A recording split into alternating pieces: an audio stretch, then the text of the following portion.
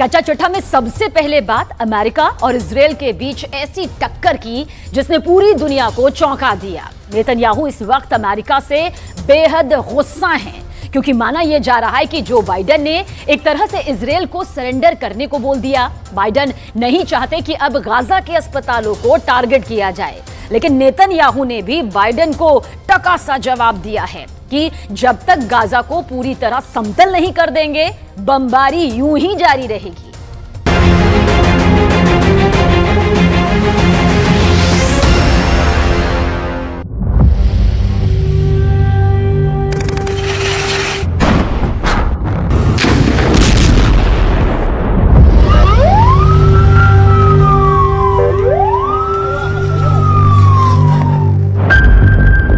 Gaza पट्टी और Israel के युद्ध से किसे फायदा हो रहा है? कौन किस पर भारी पड़ रहा है?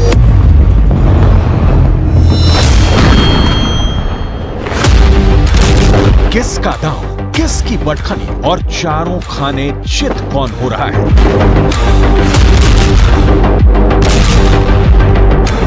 सवाल बहुत है, लेकिन 24 घंटे के अंदर इस युद्ध को लेकर ऐसा नया मोड़ आ गया है कि इजराइल से लेकर अमेरिका तक सब हक्का बक्का है।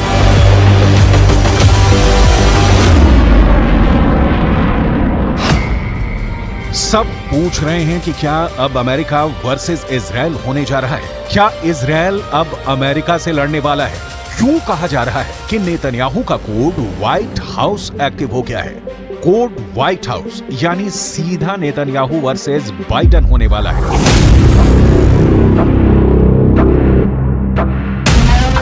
बाइडेन और नेतन्याहू की तकरार के पीछे गाजा का युद्ध है। वहां के अस्पताल हैं जिनको इजराइल के टैंकों ने घेरा हुआ है। लेकिन अब बाइडेन ने ऐसी बात कह दी है कि इजराइल से ना निगले बन रहा है ना उगले, क्योंकि बाइडेन ने नेतन्याहू को बहुत बड़ी मुश्किल में डाल दिया है। बाइडेन ने कहा है कि गाजा के अस्पतालों का बाल भी बांका नहीं होना चाहिए। My hope and expectation that there will be less intrusive action relative to the hospital. We're in contact, and we're with the Israelis. Also, there is an effort to take this pause to deal with the release of prisoners, and that's being negotiated as well. With the Qataris are engaged, and so I remain somewhat hopeful. But the hospital must be protected. Biden ने जो कहा उसे देखकर Benjamin Netanyahu का खून खौल गया। Gaza पर उनकी सेना हर तरफ से हमला कर रही है। गाजा पर इजराइल की बमबारी पर ब्रेक लगना मुश्किल हो गया है। 12,000 से ज्यादा लोगों की मौत के साथ गाजा में इस वक्त कब्रिस्तान की जगह कम पड़ गई है।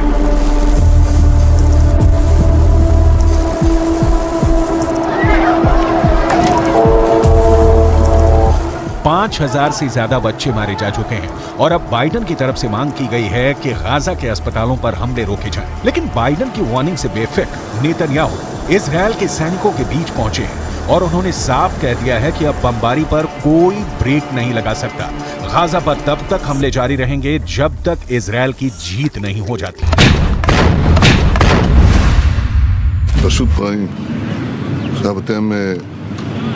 אתם כולכם חדורים באותה מטרה. אנחנו הולכים לנצח. אין פה הפסקות, אין פה חצאי דברים, זה לא מבצע, זה לא סבב. פה הולכים עד הניצחון הטוטלי.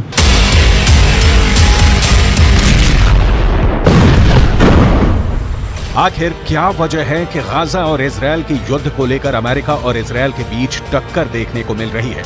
नेतन्याहू और बाइडेन के बीच गाजा को लेकर जो क्लैश देखने को मिला है, उससे लेकर बड़े सवाल एक बार फिर से। क्या अब अमेरिका वर्सेस इजराइल होने जा रहा है? क्या इजराइल अब अमेरिका से लड़ने वाला है? क्यों कहा जा रहा है कि नेतन्याहू का कोड व्हाइट हाउस एक्टिव हो गया है? या ये सब इजराइल और अमेरिका के बीच नूरा कुश्ती है? क्योंकि दुनिया 12,000 लोगों की मौत को लेकर आग बबूली हो चुकी है। इंडोनेशिया से लेकर फिलीपींस तक फिलिस्तीन के समर्थन में प्रदर्शन हो रहे हैं। गाजा में जो मौत का तांडव हो रहा था, उसे लेकर दुनिया का एक बहुत बड़ा हिस्सा गुस्से में है और सब जानते हैं कि इजराइल और अमेरिका इस वक्त साथ में है।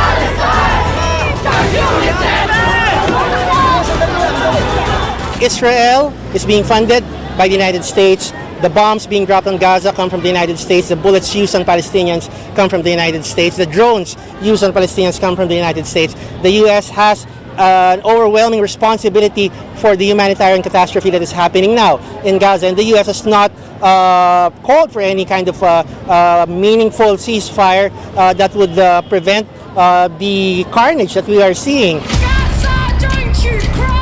यही हाल यूरोप से लेकर ऑस्ट्रेलिया का है। फिलिस्तीन के समर्थन में यहाँ भी लोग जमा हो रहे हैं, गाजा पर बमबारी का विरोध कर रहे हैं।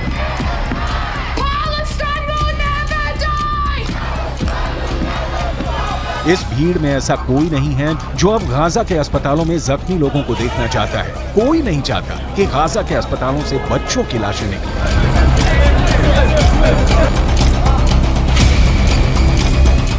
Between Palestine and Israel can be seen as complex, but what's happening right now is very straightforward, and we need a ceasefire. There's no justification for what's happening right now in Gaza, and that's what we're calling for. यही दबाव अब France से लेकर Britain भी पहुंच चुका है। यहाँ हथियार बनाने वाली उन कंपनियों के खिलाफ प्रदर्शन हो रहे हैं जो अमेरिका को गोला बारूद बेचते हैं और फिर वही हथियार और वेपन सिस्टम इजरायल को पहुंचाए जाते हैं। पूरे यूरोप में मांग उठ रही है कि ऐसी कंपनियों का बॉयकॉट किया जाए जो इजरायल की वॉर मशीनरी को चला रही है। Directly responsible for Palestinian civilian lives being taken, for Palestinians being killed. So this factory assembles key components of the Israeli fighter jets that are used to drop bombs on men, women and children in Gaza. And we are trying to stop its production today. So we are trying to stop workers from going in while we're holding this picket line. And people have been turning around and going home and not going into work. And we're trying to stop deliveries coming in and out. So stop any kind of key product movement, which again, so far we've been successful. अब Gaza और Israel के युद्ध को लेकर America का अचानक gear बदलने के पीछे बहुत से मकसद बताए जा रहे हैं। अमेरिका ने शुरुआत में सीज फायर का विरोध किया था। तब ये भी कहा गया कि इजरायल को पूरा हक है कि वो 7 अक्टूबर को अपने पर हुए हमले के खिलाफ कार्रवाई करे। लेकिन अब गाजा में 12,000 लोगों की मौत होने के बाद और खासकर तब जब बच्चों की लाशें दुनिया के हर मोबाइल फोन तक पहुंच चुकी हैं, अमेरिका गोलीबारी रोकने और अस्पतालों को बचाने की बात कर रहा है। इसकी 2 वजह हो सकती है। पहले कि अमेरिका गाजा पर पहले खामोश रहने के बाद अब अपना मानवीय चेहरा दिखाना चाहता है। दूसरा ये कि बेंजामिन नेतन्याहू को लगता है कि अगर युद्ध को लेकर वो कड़े फैसले लेंगे तो घरेलू राजनीति में उनको फायदा मिल सकता है। extent people need to be evacuated from one hospital to another hospital in order to ensure the continuation of care, evacuation routes have to be safe, and the Israeli government has told us as recently as today that there are and will continue to be evacuation routes for people leaving hospital compounds. Netanyahu इस वक्त युद्ध के बीच Israel की घरेलू राजनीति में भी फंसे हुए हैं। उनके खिलाफ कई तरह के आरोप हैं और इस वर्ष की शुरुआत से ही उनके खिलाफ लगातार प्रदर्शन हो रहे हैं। लेकिन नेतन्याहू इस वक्त वॉर जोन में बिजी हैं। वो हर उस मोर्चे पर जा रहे हैं जहां की तस्वीरें हमास को भी परेशान करेंगी और इजरायल में उनके विरोधी भी उसे बचा नहीं पाएंगे।